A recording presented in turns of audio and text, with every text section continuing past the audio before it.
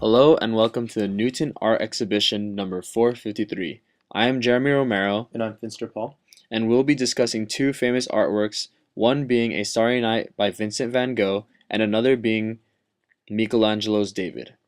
The Starry Night was done by the late Dutch post-impressionist Vincent van Gogh. The subject matter is a depiction of the village of Saint Remy at night from the view Van Gogh had from the asylum he was being held in. There is also the Apilles Mountains in the background and a cypress tree in the forefront. The stylization of the painting is very post-impressionist with impasto application of paint, which applies heavy amounts of paint to the canvas, which gives dimension and texture to the painting. Also, his style of dashing lines give a vibrant movement to the painting and is also a technique used by post-impressionists. Vincent van Gogh's style has been depicted by Stephen Munson's article, Why We Love Van Gogh, as being notable for his rough beauty, emotional honesty, and bold color. Vincent van Gogh himself even sent a letter to one of his younger brothers, Theo, in 1882 explaining his philosophy in art.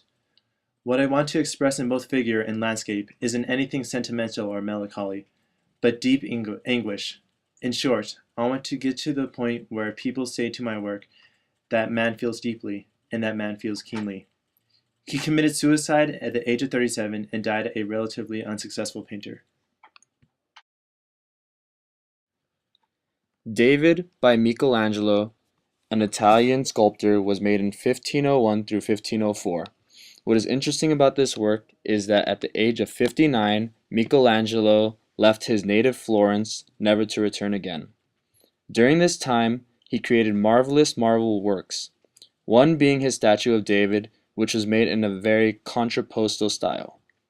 This work is very controversial because in the biblical reference of the work, David is still a scrawny teenager who is going to fight a giant Goliath. But in Michelangelo's sculpture, he is depicted as a very masculine, courageous, and muscular figure. Because of this, I believe that this work is very controversial. I believe that Michelangelo may have done this on purpose. I believe this because the depiction of his masculine physique was done to represent his bold faith in God, so that God may lead him in combat against Goliath. Although both of these pieces were made hundreds of years apart, the one thing similar to both of them is their popularity within the public eye today. My question is this popularity good or bad for these pieces? Vincent van Gogh's original goal of making people think deeply and keenly as his depictions of anguish for his art has been diluted to a form of over-commercialization due to the rise of popularity. The meaning of the painting has been distorted as it was originally made as a final reflection over his life and his struggle with depression and suicide, and is now being replaced with a shallow depiction of a pretty picture and has been posted on many postcards and cheap poster prints. This over-commercialization almost romanticizes death, as it only became popular after his own demise.